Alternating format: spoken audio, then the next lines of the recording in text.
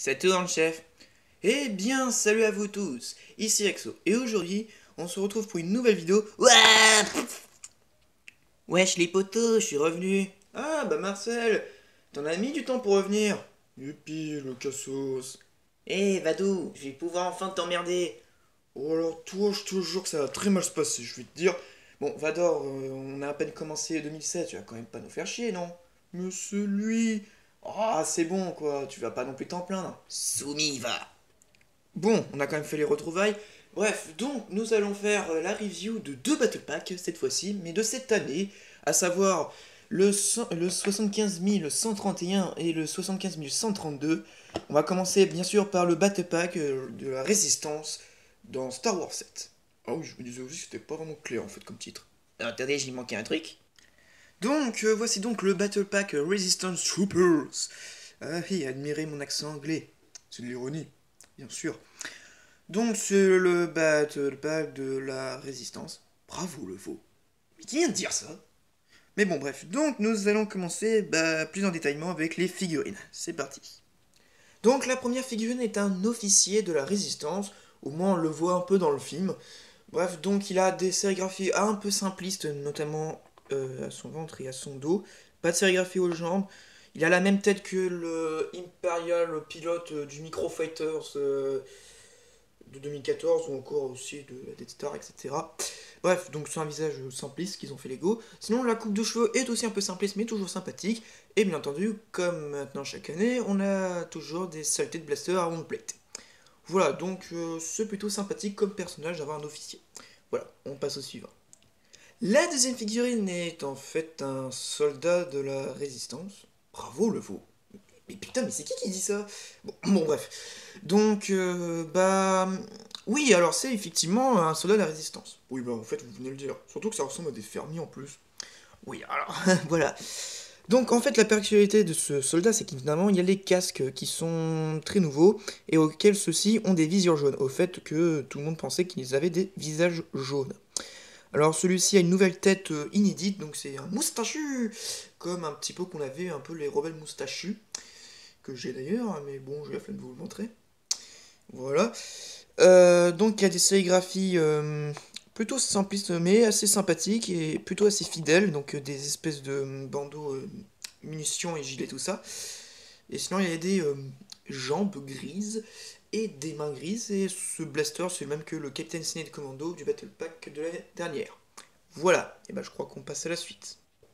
La deuxième figurine est toujours un soldat de la résistance. Donc c'est la même figurine que la précédente, sauf que son visage n'est pas le même. Donc son visage c'est comme ceci. C'est bien entendu le visage de Lex Luthor dans la gamme Super Hero DC Comics qui a été emprunté. Mais bien entendu il a déjà été emprunté par Star Wars dans les soldats de The Old Republic. Voilà, hein, tu sens le recyclage, hein, voilà.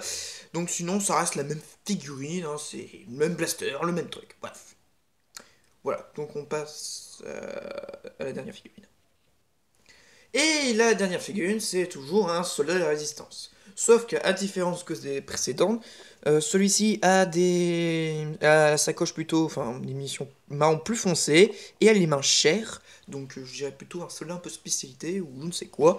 Et son visage, c'est pas le même maintenant, c'est en fait c'est le même visage que le pilote X-Wing du Ponemon X-Wing Fighters.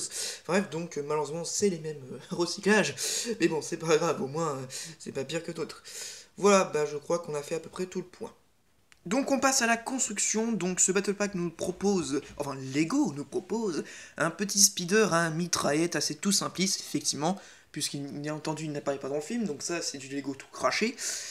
Bref, donc ce petit speeder est plutôt sympathique au final, non franchement avec la mitraille et tout ça, ça fera bien entendu repenser au 4x4 avec mitraillette qu'on pouvait voir dans Indiana Jones, ou avec le en plus thématique de la Seconde Guerre mondiale, ou encore aussi dans Halo, je suis sûr que tout le monde a voulu utiliser la mitraillette du 4x4 d'une SS.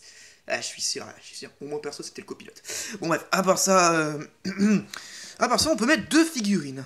Attention c'est parti. Admirez la magie de l'ellipse. Non mais franchement, vous prenez vraiment les gens pour des cons. Bah, en même temps, tu en es un aussi. Oh, toi, je vais te le faire. Du calme, du calme. Donc là, bien entendu, on peut mettre un à la mitraillette et un au pilotage. Bon, voilà, c'est deux personnages, mais c'est pas mal. Voilà, mais sinon, le speeder est plutôt sympathique. Assez bien détaillé, je trouve. Bref, donc c'est un battle pack qui donne envie d'acheter plusieurs fois. Voilà. Maintenant, on passe à la boîte. Donc la boîte est par rapport petite, je trouve, par rapport aux années précédentes. Mais bon, c'est pas très grave, hein, ça reste un battle pack. Donc on a le packintage de l'épisode 7, comme on avait eu pour les 7 sorties en 2015. Enfin, pour les spéciales de The Force Awakens. Donc on a Kylo Ren, Ben Solo. Ou la victime. Il s'agit de ton petit-fils. Oh merde, c'est vrai. Haha, bolos. Bref, donc, sinon, on a une belle mise en scène, hein, franchement, du set. On a quand même le logo Disney comme d'hab. Et on a donc de belles mises en scène. On a également le truc holographique, on peut voir l'engin. Et une récapitulation de toutes les armes qu'on a dans ce set. Exactement, bref, des belles mises en scène qui fait vendeur. Je dis ça, c'est parce que je fais du commerce. Voilà, bah écoutez, on va passer, je pense, au prochain set. Donc nous allons passer avec la review du First Order. Youpi. Comment l'Empire a évolué après. Ah bah oui, je te le fais pas dire. Hé, toujours des kékettes en fait. Oh, tout, je te jure, je vais retenir. Bref, donc c'est parti pour la review du set 74132, le First Order Battle Pack. Go! Donc nous allons détailler plus en détail.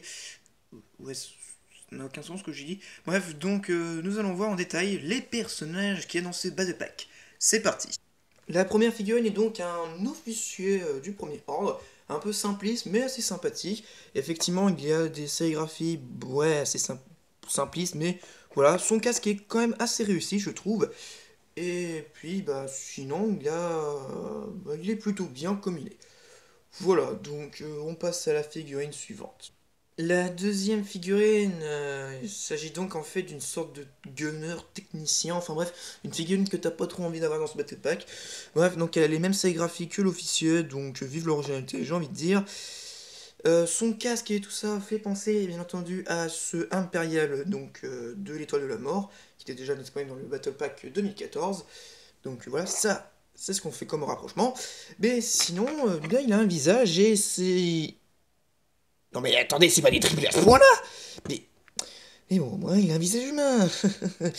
Voilà, donc personnellement, c'est une figurine un peu bof, mais voilà, qui est déjà en plus apparue dans deux autres sets, The Force Awakens. Voilà, bon, on passe à la prochaine figurine.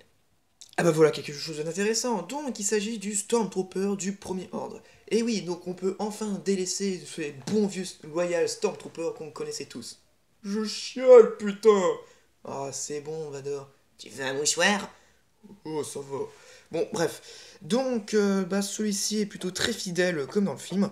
Donc, des sérigraphies assez partout. Il a un casque vraiment hyper bien fait. Et il a un visage, donc... no comment. On nous a dit que c'était des humains, bordel. Bref, donc, sinon, c'est une très bonne figurine. Et ce qui permet d'avoir... ce qui motive, en fait, d'avoir le Battle Pack en plusieurs fois. Voilà, on passe à la figurine suivante.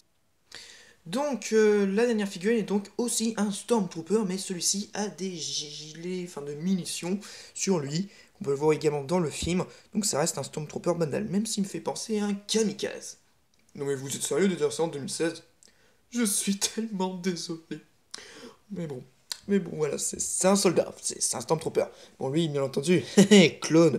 Voilà, mais bon, hein, c'est complètement con. Voilà, et remarquez aussi qu'ils ont les mains blanches au lieu des mains noires, ce qui est bizarre, mais bon, voilà. Et je crois que c'est tout pour les figurines.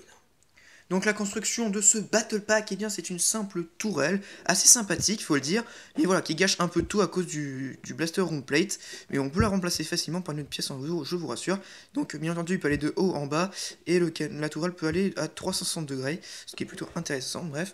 Il y a également des petites trappes, comme celle-ci, on peut mettre des munitions rouges et verts, ce qui est bizarre, mais bon. Et l'autre trappe, donc c'est avec un ordinateur que le gunner peut contrôler la tourelle à distance. Ce qui est bizarre aussi, mais bon. Voilà. Et bizarrement, je trouve que cette tourelle me fait penser à un Dalek. Oh mon dieu, tout est lié. Non, non et non, je ne ferai pas une séquence avec des triangles Illuminati ou des raptors Jésus à la noix. Bon allez, c'est marrant. Non, une fois c'est bien, mais plusieurs fois c'est assez lassant et lourd. Attends, sérieux, y'a qui aime ça encore de nos jours? Ah oui, pour les cassos, je vois pas qui d'autre. Mais bon, retournons à la review. La boîte plutôt. Bref. Donc la boîte, pareil, assez petite par rapport aux autres boîtes précédentes des Battle Pack. Sinon, il y a quand même plutôt une belle mise en scène, hein, franchement, assez bien foutue. Donc comme d'hab, on a mis alentour du maintenant ce paquetage pour cette année, le logo Disney. Voilà, et également on a ce côté derrière, on peut voir aussi également les plans holographiques de la tourelle. Également les armes présentes et munitions en plus dans cette boîte. Voilà les fonctionnalités du set et une autre mise en scène, voilà, etc. Bref, donc sinon voilà. C'était tout à dire sur cette boîte. Voilà, la review va s'achever ici. Enfin, les reviews de 2.7, bien entendu. Très subtil. Bref, donc, comme d'habitude, tu peux liker cette vidéo si tu as aimé. Tu peux également t'abonner à ma chaîne, poster un commentaire, ou tu peux également me suivre ailleurs, sur Twitter ou sur mon site internet. Oui, que vous n'êtes jamais revenu depuis. Pas la peine d'en rajouter, merci. Voilà, et puis sinon, on se retrouve pour de prochaines vidéos. Allez, Missa hashtag 2016. 2016 commence déjà bien, je trouve. Je te fais pas dire. Bon allez, j'ai picolé les mecs. Salut.